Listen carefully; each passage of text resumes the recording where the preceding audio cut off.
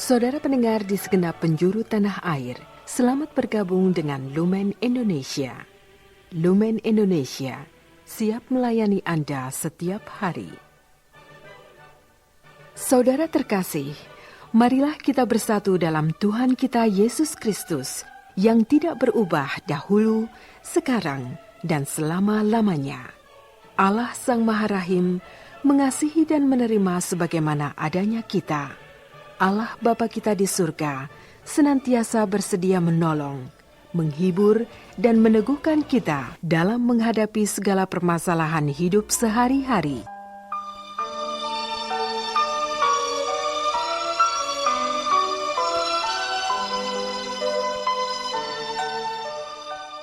Saudara-saudari, marilah kita mendengarkan renungan dengan judul Yesus memanggil para murid.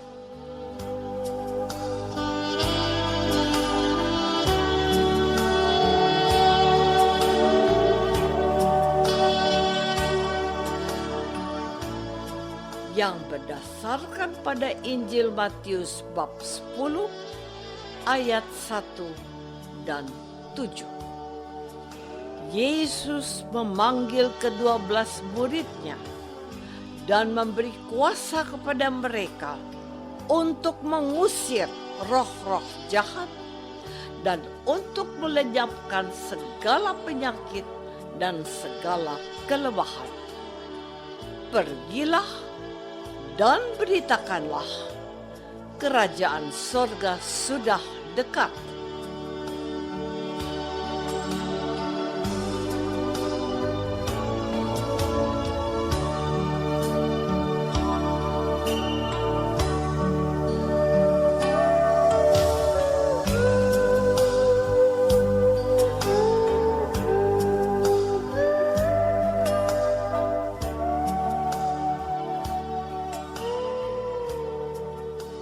Dalam nama Bapa dan Putra dan Roh Kudus. Amin. Saudara-saudari terkasih dalam nama Tuhan Yesus Kristus. Bacaan Injil pada hari ini menampilkan kasih Yesus memanggil para murid. Para murid inilah yang kelak akan melanjutkan tugas Yesus. Yesus datang ke dunia untuk menyelamatkan manusia dari dosa. Dalam melaksanakan tugasnya, Yesus tidak bisa bekerja seorang diri. Yesus membutuhkan bantuan dan kerjasama manusia. Untuk itu, beberapa orang dipanggil secara khusus untuk membantu Yesus. Orang yang dipanggil secara khusus itu disebut rasul. Rasul artinya utusan. Para rasul tersebut berjumlah 12 orang, sesuai dengan jumlah suku-suku Israel. Para rasul disebut utusan, sebab di situ sisi mereka merupakan wakil dari manusia yang diutus untuk bekerja bagi Allah. Namun, di sisi lain, mereka merupakan orang-orang yang diutus Allah guna menyelamatkan manusia dari dosa. Para rasul ini yang membantu Yesus. Sejak dipilih oleh Yesus, ke-12 rasul bekerja siang malam tanpa henti. Para rasul tersebut mengorbankan segala sesuatu, termasuk meninggalkan saudara, orang tua, kampung halaman, serta kesenangan pribadi. Saudara-saudari terkasih, ke-12 rasul yang dipanggil oleh Tuhan Yesus berasal dari masyarakat lawan, orang-orang biasa yang tidak terpandang dan tidak memiliki pendidikan yang layak untuk menjadi pewarta sabda Allah. Contohnya adalah Petrus, Yohanes, Andreas, Yakobus, dan para rasul lain adalah orang-orang biasa dan sederhana. Bahkan sebagian dari mereka bekerja sebagai nelayan. Para nelayan itu tidak mempunyai kemampuan seperti seorang dokter yang dapat menyembuhkan orang sakit. Mereka juga tidak pandai mengajar seperti seorang guru. Mereka juga bukan insinyur yang pandai membangun rumah. Mereka tidak pernah belajar agama seperti pastor atau suster. Mereka tidak pernah menempuh pendidikan yang tinggi.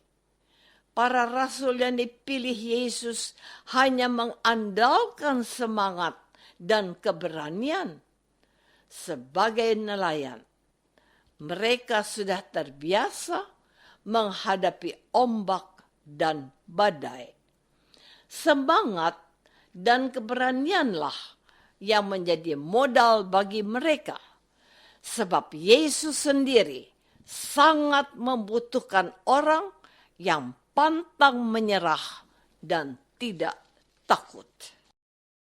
Saudara-saudari terkasih, Tuhan Yesus tidak memanggil orang-orang yang pintar, berpendidikan tinggi, orang-orang yang kaya raya dan mempunyai rumah orang-orang yang memiliki kekuasaan karena beberapa alasan. Pertama, orang-orang kecil dan sederhana biasanya mudah diatur dan bisa diarahkan.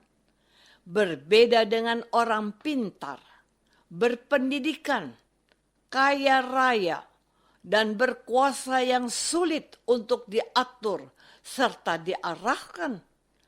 Mereka malahan akan cenderung mengatur. Kedua, orang-orang kecil dan sederhana biasanya lebih mudah meninggalkan apa yang mereka miliki, termasuk pekerjaan. Sementara orang yang pintar, kaya, dan berkuasa biasanya sangat sulit untuk meninggalkan apa yang mereka miliki. Kita ingat orang yang berkuasa seperti Herodes yang tak ingin kehilangan kekuasaan sampai dia mau membunuh Yesus. Ada juga kisah seorang pemuda kaya yang mau menjadi murid Yesus, namun gagal karena tidak bisa meninggalkan harta kekayaannya. Ketiga, Allah ingin menunjukkan kuasanya. Justru dengan memanggil orang-orang yang kecil dan sederhana, kuasa Allah menjadi nyata. Dengan kuasa Allah, para rasul jadi berani dan bisa berbicara di depan umum. Saudara-saudari terkasih, kita semua menjadi pengikut Yesus. Artinya, kita semua termasuk orang-orang yang dipanggil dan dipilih oleh Allah sebagai orang tua. Kita dipanggil untuk mendidik dan membesarkan anak-anak yang Tuhan percayakan kepada kita. Sebagai orang tua, kita juga dipanggil untuk menjadi rasul, yakni utusan Tuhan. Kita diutus Tuhan untuk menyalurkan kasih dan kebaikan Tuhan kepada anak, pasangan hidup, tetangga, dan orang-orang yang di sekeliling kita. Dan sebagai anak, kita pun mempunyai tugas yang sama. Seorang anak atau pemuda bisa menjadi utusan Allah jika hidup dan perilaku mereka memancarkan kasih Allah. Berkaitan dengan panggilan sebagai orang Katolik, almarhumah Ibu Teresa dari Kalkuta, India, pernah mengatakan, kita dipanggil bukan untuk sukses, tetapi untuk setia. Perkataan beliau mendorong kita untuk setia. Kita sulit menjadi rasul yang setia karena kita tidak rela untuk berkorban dan tidak tahan menghadapi godaan. Sebab kesetiaan memerlukan pengorbanan dan tahan banting. Kita semua tentu mempunyai pengalaman jatuh bangun. Kita dapat menjadi rasul yang hebat jika kita berani bangun di saat kita jatuh.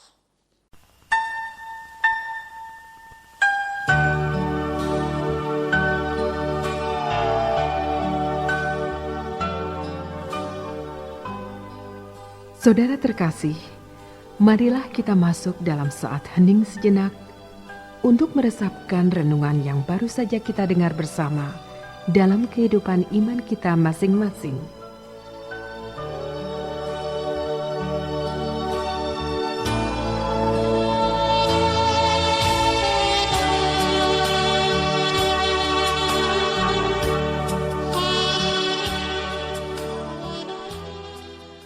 Apakah selama ini kita sudah menyadari panggilan kita untuk berusaha menjadi orang Kristiani yang baik dan mau menolong sesama? Marilah kita berdoa. Tuhan Yesus Kristus, Engkau memanggil para rasul untuk ikut serta dalam tugas mewartakan Injil. Bantulah kami untuk terbuka terhadap panggilan-Mu.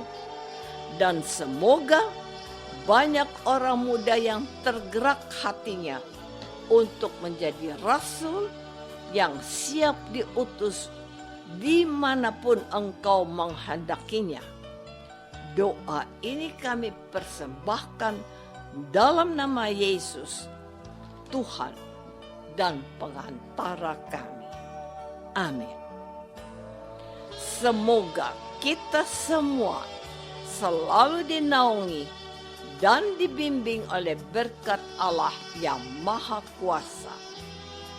Dalam nama Bapa dan Putra dan Roh Kudus. Amin.